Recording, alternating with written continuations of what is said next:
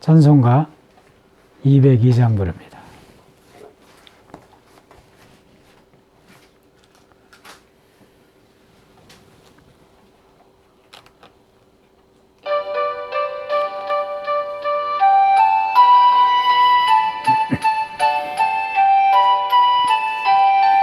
하나님 아버지 주신 책은 귀하고 중하신 말씀일세. 기쁘고 반가운 말씀 중에 날 사랑하신단 알겠도다. 주께서 나를 사랑하니 즐겁고도 즐겁도다. 주께서 나를 사랑하니 나는 참 기쁘다. 그 속에 은혜를 저버리고 어긋난 딴 길로 가다가도 예수의 사랑만 생각하면 곧 다시 예수께 돌아오리. 주께서 나를 사랑하니 즐겁고도 즐겁도다. 주께서 나를 사랑하니 나는 참 기쁘다. 구주의 영광을 바라보며 예수의 이름을 찬양하리.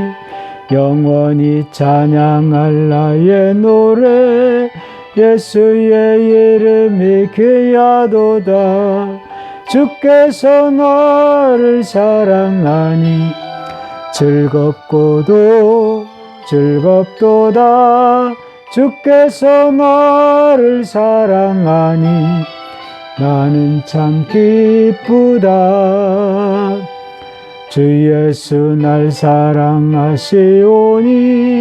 나 또한 예수를 사랑하네. 날 구원하시려 내려오사 십자가 위에서 죽으셨네. 너께서 나를 사랑하니 즐겁고도 즐겁도다. 주께서 나를 사랑하니 나는 참 기쁘다.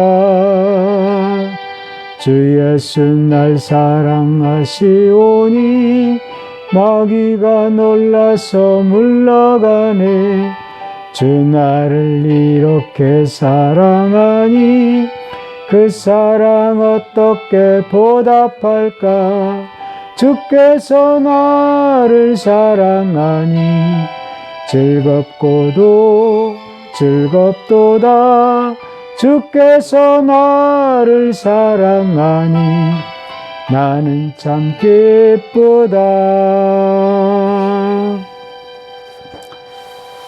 하나님 말씀 보겠습니다. 하나님 말씀은 창세기 10장입니다.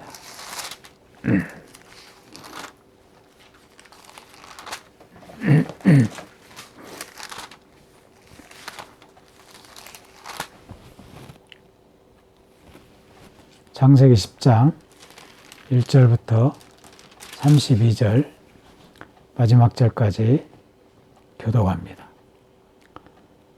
노아의 아들 셈과 함과 야벳의 족보는 이러하니라. 홍수 후에 그들이 아들들을 낳았으니 야벳의 아들은 고멜과 마곡과 마대와 야완과 두발과 메섹과 브라스요. 고멜의 아들은 아스그나스와 리밧과 도갈마요. 야완의 아들은 멜리사와 달시스와 kittim과 도다님이라. 이들로부터 여러 나라 백성으로 나뉘어서 각기 언어와 종족과 나라대로 바닷가의 땅에 머물렀더라. 함의 아들은 구스와 미스라임과 붓과 가나안이요. 구스의 아들은 스바와 하일라와 삽다와 라마와 삽드가요. 라마의 아들은 스바와 드단이며 구스가 또 리므롯을 낳았으니 그는 세상의 첫 용사라. 그가 여호와 앞에서 용감한 사냥꾼이 되었으므로 속담에 이르기를 아문은 여호와 앞에 니므롯같이 용감한 사냥꾼이로다 하더라. 그의 나라는 신할 땅의 바벨과 에렉과 아갓과 갈레에서 시작되었으며 그가 그 땅에서 아수르로 나아가 니느웨와 르호보딜과 갈라와 니느웨와 갈라 사이에 레센을 건설하였으니 이는 그 성읍이라. 미스라임은 르딤과 아남임과 르압임과 납도임과 아드르심과 기슬르임과 갑도림을 낳았더라. 가슬르임에게서 블레셋이 나왔더라. 가나안은 장자 시돈과 헷을 낳고 또 여우스 족속과 아무리 족속과 기르가스 족속과 히위 족속과 알과 족속과 신 족속과 아르와 족속과 세말 족속과 하맛 족속을 낳았다니 이후로 가나안 자손의 족속이 흩어져 나아갔더라. 가나안의 경계는 시돈에서부터 그라를 지나 가사까지와 소돔과 고모라와 아드마와 스보임을 지나 라사까지였더라. 이들은 남의 자손이라 각기 족속과 언어와 지방과 나라대로였더라. 셈은 에벨 온 자손의 조상이요 야벳의 형이라. 그에게도 자녀가 출생하였으니 셈의 아들들은 엘람과 스로 아르박삭과 룻과 아람이요. 아람의 아들은 우스와 훌과 게델과 마스며 아르박삭은 셀라를 낳고 셀라는 에벨을 낳았으며 에벨은 두 아들을 낳고 하나의 이름을 벨렉이라 하였으니 그때 세상이 나뉘었으며 벨렉의 아우의 이름은 욕단이며 욕단은 알모닷과 셀렉과 하설마엘과 예라와 하도람과 우살과 디글라와 오발과 아비마엘과 스바와 오빌과 하윌라와 요밥을 낳았으니 이들은 다 욕단의 아들이며 그들이 거주하는 곳은 메사에서부터 산이었더라.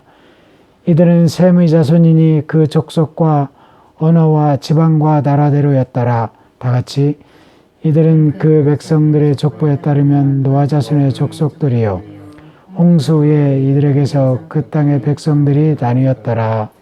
아멘. 오늘은 창세기 10장을 통해서 함께 은혜를 나누고자 합니다. 창세기 9장 1절에서는 뭐라고 말씀하시냐면 하나님이 노아와 그 아들들에게 복을 주시며 그들에게 이르시되 생육하고 번성하여 땅에 충만하라 이렇게 말씀하셨습니다. 땅에 충만하기 위해서는 흩어져야 되고 나뉘어져야 합니다. 그런데 사람들은 한 곳에 모이기를 원합니다.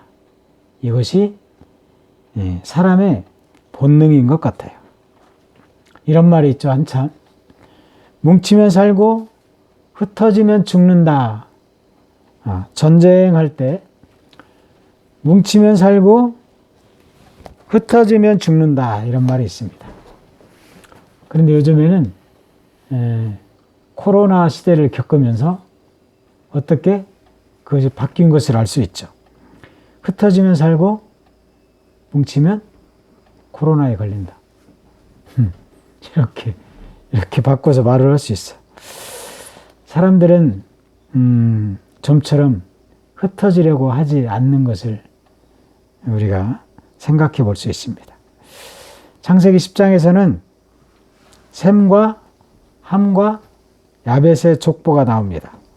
이들은 모두 노아의 아들들이죠. 2절부터 5절까지는 야벳의 족보가 나오고 그리고 6절부터 20절까지를 통해서 함의 족보가 나옵니다. 그리고 21절부터 31절까지의 셈의 족보가 이어지는 것을 볼 수 있습니다. 여기에서 우리가 이제 생각해 볼 수 있는 것들은 14절에 보면 가로를 통해서 뭐라고 말씀하냐면 가슬르임에게서 블레셋이 나왔더라 이렇게 말해요. 블레셋은 우리가 오늘 본문 말씀을 통해서도 알 수 있듯이 함의 후손임을 알 수가 있습니다.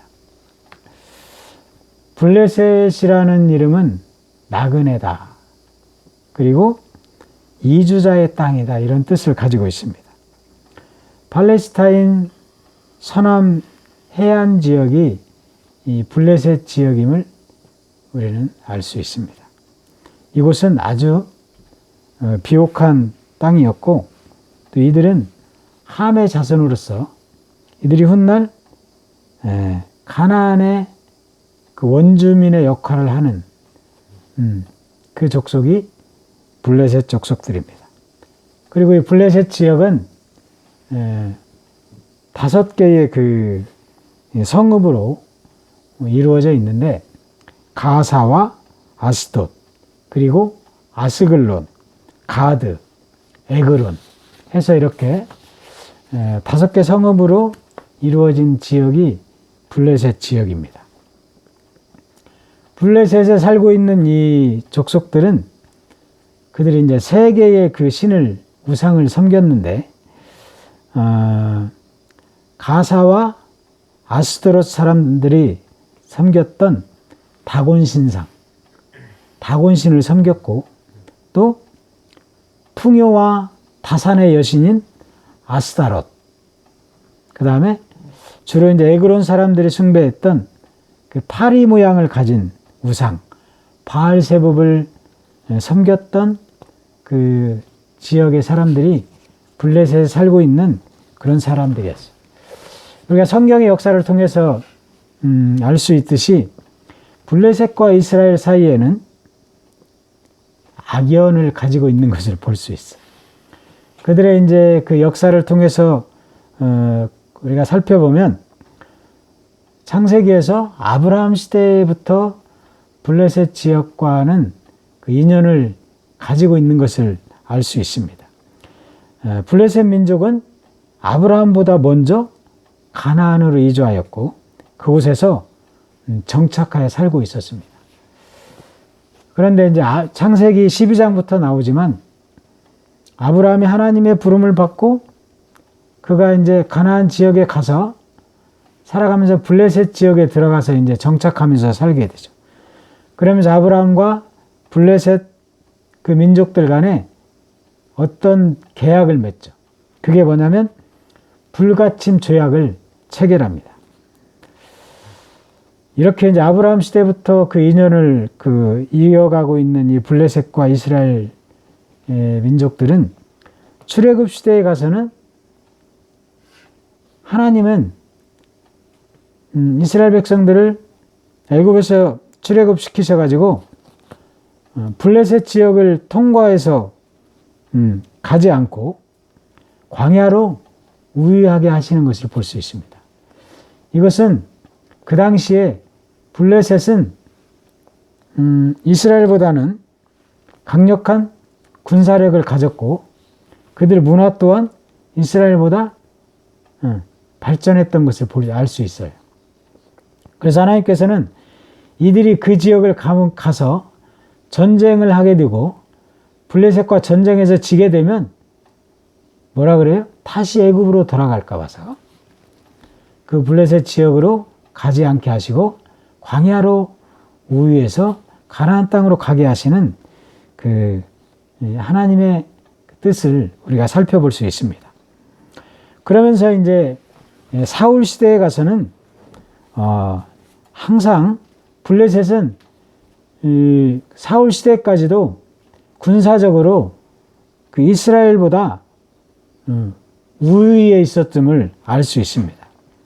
그래서 이제 그 사울 시대를 겪으면서 이스라엘 왕정 시대가 시작되었고 그러면서 이제 사무엘상에 가면 이스라엘이 블레셋을 넘어서는 블레셋을 딛고 일어서는 그 군사적으로 우위를 점하게 되는데 그 결정적인 사건이 하나 있었죠. 샤울왕 시절에. 그게 어떤 사건이에요? 다윗과 블레셋의 사건입니다. 이 다윗과 블레셋의 누구? 골리앗. 다윗과 골리앗의 싸움을 통해서 다윗이 골리앗을 넘어뜨림으로 이때부터 이제 이스라엘이 블레셋과의 그 균형을 깨뜨리고 그 다음에 블레셋이 우위에 있던 군사력을 이제 다윗 시대에 가서 블레셋의 우위를 점하는 그런 이제 사건들이 일어나게 되죠. 그리고 다윗과 솔로몬 시대에 가서는 완전히 그 군사력이 역전되어서 어떻게 돼요? 이스라엘의 조공을 바치는 그런 그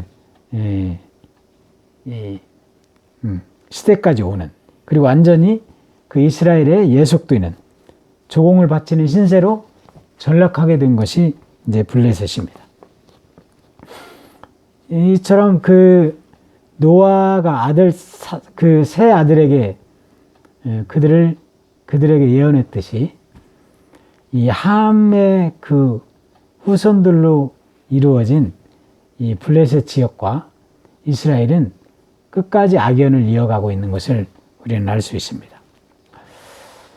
그러면서 하나님이 노아를 통해서 9장 1절에서 말했듯이 너희는 생육하고 번성의 땅에 충만하라고 하는 그 말씀 가운데 우리가 오늘 10장에서 눈여겨볼 그 구절들이 하나가 있어요. 그것은 5절에 보면 뭐라고 말하냐면 이들로부터 여러 나라 백성으로 나뉘어서 이렇게 말합니다. 그리고 25절에 보면 뭐라고 말씀하냐면 25절 한번 볼까요? 에벨은 두 아들을 낳고 하나의 이름을 벨렉이라 했으니 그때 세상이 나뉘었으며 이렇게 말합니다. 그때부터 세상이 나뉘어져 갔다. 그리고 32절에 보면 이들은 그 백성들의 족보에 따르면 노아 자손의 족속들이요 홍수 후에 이들에게서 그 땅의 백성들이 나뉘었더라 이렇게 말합니다. 땅에 충만하게 하나님은 사람을 만드시고 생육하고 번성하여 땅에 충만하고 다스리라고 했잖아요. 근데 이 하나님의 뜻이 이루어지기 위해서는 어떻게 해야 돼? 흩어지고 나뉘어져야 된다라는 것이죠. 흩어져야 되고 나뉘어져야 세상에 충만하게 되고 번성하게 되고 이렇게 될 수 있다라는 것이죠. 이 나뉜다 이것은 그 히브리어로 네프레드 이러는데 네프레드라는 그 말의 뜻은 어떤 뜻을 가지고 있냐면 넓게 편다 이렇게 말해요. 넓게 편다라는 뜻을 가지고 있고 또 흩어지다라는 뜻을 가지고 있어요. 에스겔서 1장에 보면 그 하나님의 법궤를 이 법궤 위에 이렇게 펼쳐 있는 그 두릅의 날개를 상징해서 말씀하고 있는데 그것을 그 날개는 들어 펴서 이렇게 표현합니다. 넓게 폈다라는 것을 의미하고 있는 것이고 또 에스겔서에 보면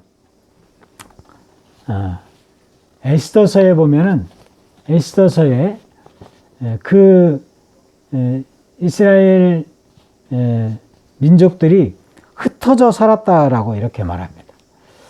하만 때에 하만이 아하수에로 왕에게 아뢰되 한 민족이 왕의 나라 각 지방 백성 중에 흩어져 거한다 이렇게 말해요.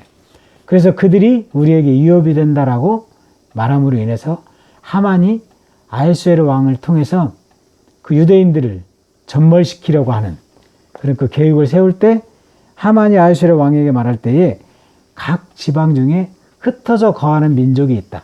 이게 유대인이다. 이렇게 이제 말하는 것을 볼 수 있는 것이죠.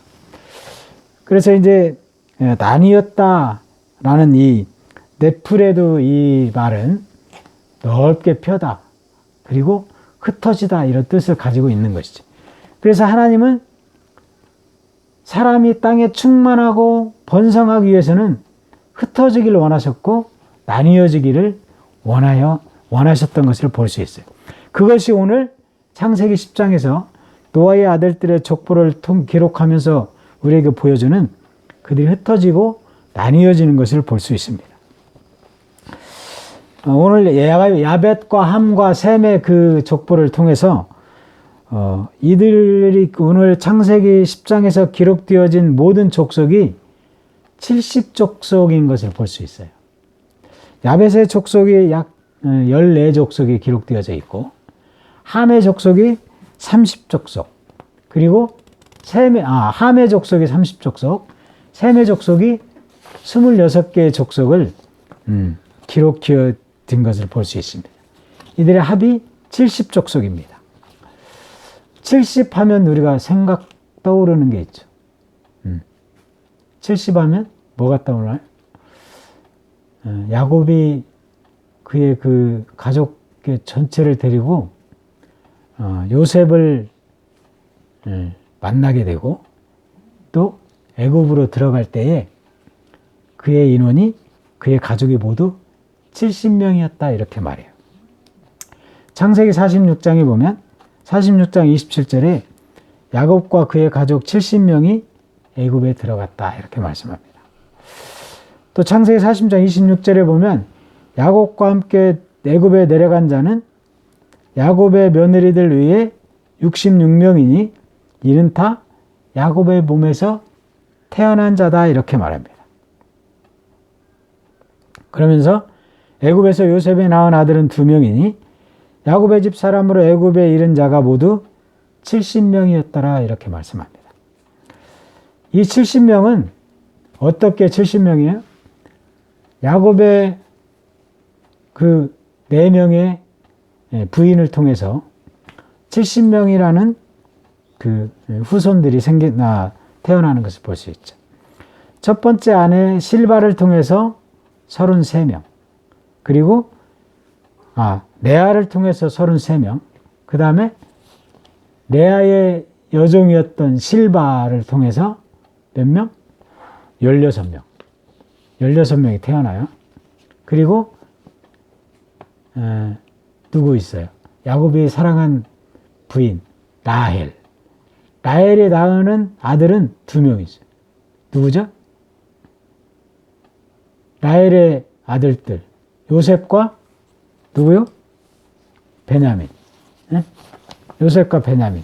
근데 이 라헬은 2명의 아들을 낳았지만 그 2명의 아들을 통해서 몇 명의 라헬의 손자가 생겨요? 12명. 요셉이 애굽에 가서 므낫세와 에브라임을 낳고 그 다음에 누구? 베냐민은 10명의 아들을 낳습니다. 그래갖고 라헬의 후손이 14명이었고 그래갖고 라헬의 여종이었던 그 부인이 또 하나 있지. 그게 누구예요? 비라. 비라가 7명의 또 아들을 낳습니다. 이렇게 해서 야곱의 그 후손들이 70명이 애굽에 들어가는 것을 볼 수 있습니다. 근데 이제 우리가 46장을 이렇게 보면 조금 이해가 안 되는 부분이 있어요. 야곱이 66명을 데리고 애굽에 들어갔어요. 그리고 요셉이 낳은 자들은 애굽에 있었더라 그래. 근데 그러면 66명에다가 야곱과 2명의 아들이면 69명밖에 안 돼. 근데 전체가 70명이 들어갔다 이렇게 말해요. 이게 야곱의 그 후손을 보면 70명이 맞아요. 우리 그것을 이렇게 저는 생각해 보니까 야곱이 그 요셉이 애굽에서 살고 있다는 이야기를 듣고 출발해서 갑니다. 가면서 어떤 계획을 또 세우냐 하면은 야곱은 참 그런 거 보면 의심이 많은 사람이었던 것 같긴 해요. 요즘에 우리들의 모습과 똑같지 않았나 이런 생각을 해볼 수 있어요. 유다라는 아들을 먼저 애굽으로 보내. 요셉이 있는 곳으로 보내. 그래서 요셉을 만나고 유다를 통해서 그 자신의 요셉을 제외한 그 아들들이 애굽의 상황을 보고 왔음에도 불구하고, 그리고 바로가 자신을 위해서 수레도 보내주고 이 모든 편리한 것을 다 공급해 주었음에도 불구하고 야곱은 유다라는 아들을 먼저 보냅니다. 그래서 애굽에 가서 그 상황을 보게 하고 고센 땅에 머물게 하기 위해서 먼저 유다를 통해서 계획을 세우는 것을 볼 수 있어요. 그래서 야곱이 그의 식솔들 66명이 들어갔고 나머지는 애굽에 있었다라는 말은 요셉과 그 2명의 아들은 애굽에 살고 있었지만 유다가 먼저 들어갔기 때문에 66명이었고 나머지는 애굽에 있음으로 인해서 70명이 애굽에 들어갔다. 이 말을 70명의 숫자가 그렇게 해서 맞춰지지 않나 이렇게 해서 저는 생각을 좀 해봤습니다. 오늘 창세기 10장을 통해서 족보를, 노아의 아들들의 족보를 기록하고 있는데 성경은 족보를 기록한 곳이 여러 군데 나옵니다. 먼저 창세기 5장에서 아담의 계보를 이렇게 기록하죠. 그리고 오늘 창세기 10장에서 노아의 아들들의 그 족보를 기록하고 있는 것을 볼 수 있습니다. 그 다음에 이제 창세기 11장에 가면 10장에서 노아의 그 세 아들들의 족보를 기록했다면 11장에서는 셈의 족보가 기록되어지는 것을 볼 수 있어요. 그 다음에 이제 창세기 46장 8절부터 27절까지는 야곱이 애굽으로 들어갈 때에 그 야곱의 족보가 기록되어져 있습니다. 그리고 이제 후에 이스라엘 백성들이 바벨론으로 끌려가고 그리고 그들이 예루살렘으로 돌아올 때 돌아오는 자들의 그 족보가 기록되어져 있게 되고, 그 다음에 이제 마태복음 1장에 가면 예수 그리스도의 족보가 기록되어져 있죠. 그리고 누가복음에서는 누가복음에 또 예수님의 족보가 나옵니다. 근데 마태복음과 누가복음의 족보는 뭐가 달라요? 마태복음은 아담부터 시작되었고 누가복음의 족보는 예수님부터 이렇게 올라가는 것을 볼 수 있습니다. 역으로 예수님부터 시작해서 예수님의 그 조상들의 그 족보로 기록되어져 있는 것을 우리는 알아볼 수 있습니다. 이처럼 우리가 창세기 10장에서 말씀하고 있는 흩어지고 나뉘어졌다. 나뉘어짐으로 인해서 하나님의 뜻이 노아의 그 아들들의 후손을 통해 하나님의 뜻이 이루어지는 것을 우리는 알 수 있습니다. 하나님 사람을 만드시고 생육하고 번성하여 땅에 충만하라. 땅을 다스려라.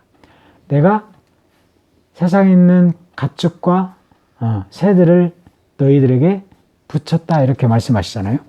이를 통해서 창세기 10장을 통해 하나님이 사람을 만드시고 하신 그들과의 약속, 복을 주고 그들에게 약속하신 그 하나님의 복이 10장을 통해서 이루어지는 것을 우리는 알 수 있습니다.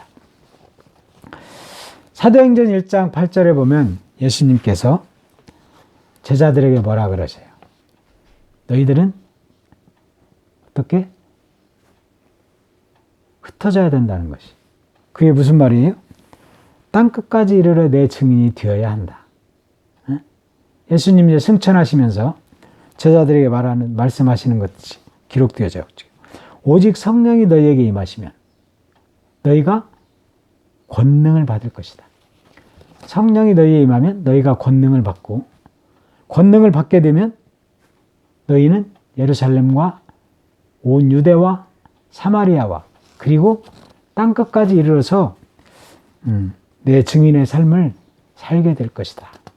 이렇게 해서 복음이 전해지는 것을 볼 수 있죠. 하나님께서는 사람들에게 흩어져 나뉘어서 땅에 충만하라고 하셨습니다. 그런데 사람들은 흩어지지 않으려고 하죠. 그래서 창세기 11장에서는 어떤 사건이 나와요? 바벨탑 사건이 이제 이어지는 것을 볼 수 있습니다. 하나님의 뜻이 노아의 아들들을 통해서 이루어지고 있는 것이 창세기 10장입니다. 사람은 하나님의 형상을 닮은 자들입니다. 하나님은 사람을 만들 때 우리의 형상을 따라 하나님의 형상을 닮은 사람을 만드셨습니다. 그러면 하나님의 형상을 닮은 사람은 어떤 삶을 살아야 돼요? 거기에 걸맞는 삶을 우리는 살아야 한다는 것이죠. 하나님께서 사람들에게 원하시는 것이 생육하고 번성하여 땅에 충만하는 것이었습니다. 창세기 1장 28절에서 하나님이 그들에게 복을 주시며 하나님이 그들에게 이르시되 생육하고 번성하여 땅에 충만하라. 땅을 정복하라. 바다의 물고기와 하늘의 새와 땅에 움직이는 모든 생물을 다스리라고 하셨습니다.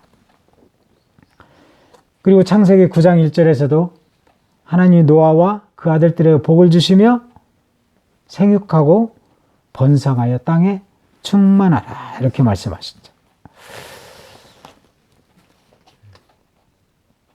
땅에 충만하기 위해서는 나뉘어져야 한다는 것입니다. 그리고 하나님의 형상을 닮은 우리는 거기에 걸맞는 삶을 살아야 한다는 것이죠. 우리가 이제 포스트 코로나 시대를 겪으면서 창세기 10장을 통해서 지혜를 좀 얻기를 바랍니다. 하나님 우리에게